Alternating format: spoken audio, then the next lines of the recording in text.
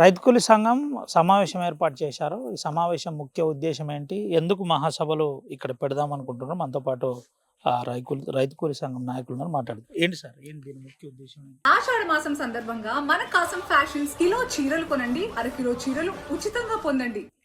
మంచిర్యాలలో మేము సెప్టెంబర్ 8, 9 తారీఖులలో అఖిల భారత రైతు కూలీ సంఘం మహాసభలు జరుపుకోదలుచుకున్నాం.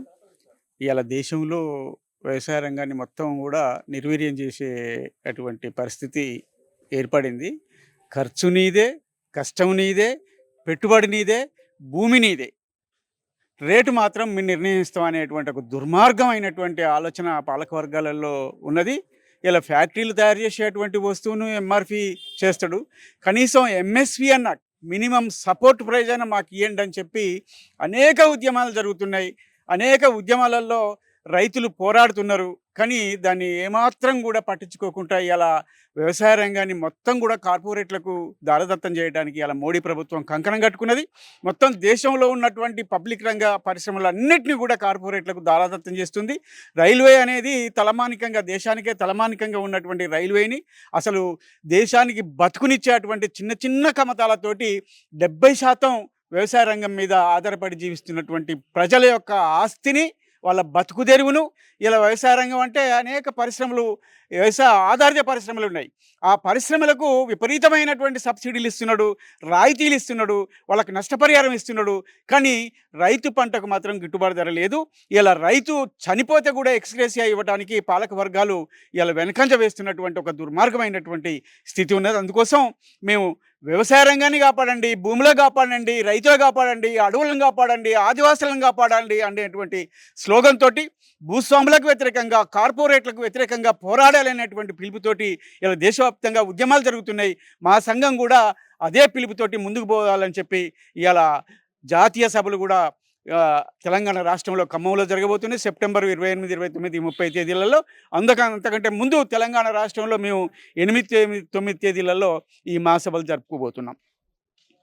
ఇది పరిస్థితి. మహాసభలు చెప్పండి సార్, దీని ముఖ్య ఉద్దేశంతో పాటు ఇక్కడే ఎందుకు జరపాలనుకుంటున్నారు? రైతులకు, ఈ ప్రాంత రైతులకు ఏం భరోసా కల్పిస్తున్నారు? మంచిర్యాల ఉమ్మడి ఆదిలాబాదు తెలంగాణలో ఒక భాగం. తెలంగాణ రాష్ట్రం జాతీయతతో పోల్చుకున్నప్పుడు 20-25% వెనకబడింది. రైజింగ్ తెలంగాణ, రేజింగ్ తెలంగాణ అనే పేరుతోనే విస్తృతంగా ప్రచారం చేస్తూ మేము భారతదేశంలో ఉన్న 28 రాష్ట్రాలతో పోటీ కాదు, ప్రపంచ దేశాలతోనే మా పోటీ అని డైలాగుల మీద రేవంత్ రెడ్డి ఇస్తున్నట్టు మనం వింటున్నాం, చూస్తున్నాం, చదువుతున్నాం. కానీ తెలంగాణ వ్యవసాయ రంగాన్ని ఒకసారి పరిశీలించినట్టయితే కాంగ్రెస్ అధికారంలోకి వచ్చిన తర్వాత 59 సంవత్సరాలకు లోపు ఉన్న రైతులు 75,000 మంది చనిపోయారు. ఇది గవర్నమెంట్ ప్రకటించిన లెక్క. అదే భారతదేశ వ్యాప్తంగా వివిధ రాష్ట్రాలలో సారా తాగుడు, అమ్ముడు, ఆదాయాన్ని చూసినట్టయితే వివిధ రాష్ట్రాలలో సగటున 9,000 రూపాయలు సంవత్సరానికి ఖర్చు అయితే తెలంగాణలో 11,000 రూపాయలు పైగా ఖర్చు చేస్తున్న పరిస్థితి ఉన్నది. ఎట్లా ప్రజల్ని మత్తులో ముంచుతున్నారు అనేది అర్థమవుతుంది. వైద్య రంగంలో చూసినట్టయితే జాతీయ సగటు వైద్యానికి ఖర్చు 34,000 రూపాయలు చిల్లర. తెలంగాణలో 54,000 రూపాయల 64 రూపాయలు ఉన్నట్టు గవర్నమెంట్ ప్రకటనలు. ఇవన్నీ ఎవరో మేము కల్పించినవి కూడా కాదు. అట్లే అప్పులు చూస్తే జాతీయంగా 57% రైతులు అప్పులు ఉంటే తెలంగాణలో 91.7% మంది రైతులు అప్పులతో కలిగి ఉన్నారు. సగటున దేశవ్యాప్తంగా 74,000 రూపాయలు అప్పులు ఉంటే తెలంగాణలో 1,53,113 రూపాయలు అప్పులు కలిగి ఉన్నారు. ఏమిటి తెలంగాణలో అభివృద్ధి ఏం సాధించింది అని బీఆర్ఎస్ ప్రభుత్వం నుంచి, కాంగ్రెస్ ప్రభుత్వం నుంచి కూడా ఈ వ్యవసాయ రంగం మీద ఇదే పోకళ్ళు ఉండటం ఫలితంగా అఖిల భారత రైతు కూలీ సంఘం రైతాంగాన్ని అంతా చైతన్యం చేసి ఇచ్చిన వాగ్దానాలు ఏవైతే ఉన్నాయో భరోసా 3 సార్లు ఎగ్గొట్టబడింది. 2 లక్షల అప్పులు దాదాపుగా పాక్షికంగా మాత్రమే అమలు చేయబడింది. చాలా వ్యవసాయ రంగానికి ఇవ్వబడిన ఏది కూడా ఈ మధ్య కాలంలో రైతు రుణము అనేది ఒకటి నాబార్డు ప్రకటించి దాని ప్రకారం ఇవ్వాలి. గత 2025 సంవత్సరంలో యాసంగిలో చూసినట్టయితే 73% మాత్రమే అమలైంది. ఏమైతుంది, ఎడిపోతుంది అంటే డైవర్ట్ చేస్తున్నారు వాళ్ళు కమిషన్ల కోసం. అందుకని ఈ తెలంగాణ, భారతదేశంలో భాగంగా ఉన్న తెలంగాణ ఈ రకంగా వ్యవసాయ రంగం కానీ రైతాంగం కానీ అన్ని రకాల్లో కూడా వెనకబడుతున్న పరిస్థితుల్లో ప్రజల్ని ఒక అవేర్నెస్గా, ఒక పోరాటంలో, ఒక ఉద్యమంలో తీసుకురావడం కోసం మా అఖిల భారత రైతు కూలీ సంఘం ముఖ్యంగా మంచిర్యాలు ఎన్నుకోవటానికి కూడా కారణం కూడా ప్రధానంగా ఏంటంటే ఇది గతంలో గోండు ఉద్యమాలు నడిచిన ప్రాంతం. కొమరం భీము నాయకత్వంలో జరిగింది. ఆ తర్వాత దాసరి పంతులు గారి నాయకత్వంలో పెద్ద బొగ్గు గని కార్మికులు పెద్ద ఎత్తున పోరాటం చేశారు సికాసాలో. అట్లాగే రైతు కూలీ సంఘం నాయకత్వం కూడా అనేకమైన ఉద్యమాలు నడిచినాయి. ఇంద్రవెల్లి కావచ్చు, ఉట్నూరు కావచ్చు, తదితర ప్రాంతాల్లో.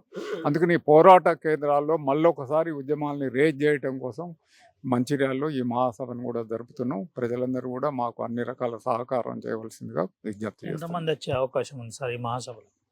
మేము అంటే డెలిగేషన్కి సంబంధించిన 250 మందికి ఒకళ్ళ సభ్యులుగా నియమించుకున్నాము.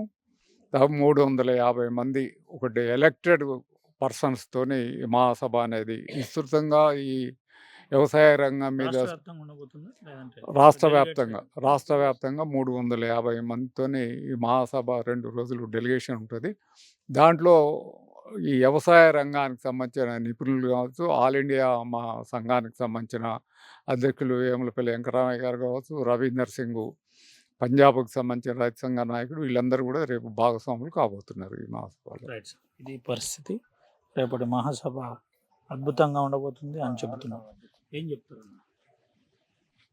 ఈ రాష్ట్రంలో వ్యవసాయ రంగాన్ని కాపాడాలని, రైతుల్ని, వ్యవసాయ రంగంలో పనిచేస్తున్నటువంటి కూలీల యొక్క కష్టసుఖాలని తెలుసుకొని ప్రభుత్వం దానికి అనుగుణమైనటువంటి విధానాలు చేపట్టాలని చెప్పని ఆ దిశలో ఈ సెప్టెంబర్ 8, 9 తేదీలలో మంచిర్యాల పట్టణంలో అఖిల భారత రైతు కూలీ సంఘం వాళ్ళు నిర్వహిస్తున్నటువంటి ఈ రాష్ట్ర మహాసభలు మరి ఈ సమస్యని ప్రభుత్వం దృష్టికి, సమాజాన్ని దృష్టికి తీసుకెళ్ళడానికి ప్రయత్నం జరుగుతుందనే విషయాన్ని మీ దృష్టి తీసుకొస్తున్నాను.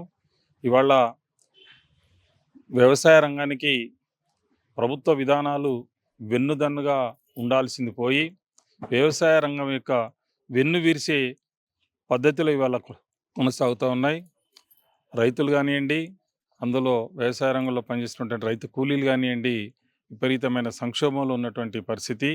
మరి ఇవాళ చాలామంది సుప్రీంకోర్టు న్యాయమూర్తులు కూడా ఒక కామెంట్ చేసినటువంటిది ఏంటంటే వ్యవసాయ రంగానికి కూలీలు దొరకడం లేదనేది.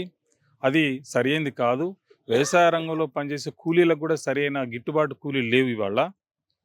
అందులో పంట పండించే రైతు కూడా ఇవాళ 6 కాలం కష్టపడి తిరిగి చివరికి మార్కెట్ తీసుకువెళ్తే కూడా ఖర్చులన్నీ పోను, మిగిలేదంతా కూడా ఏమీ లేదు, కనీసం కూలి కూడా పోవటం లేదనేది ఇది వాస్తవమైన విషయము.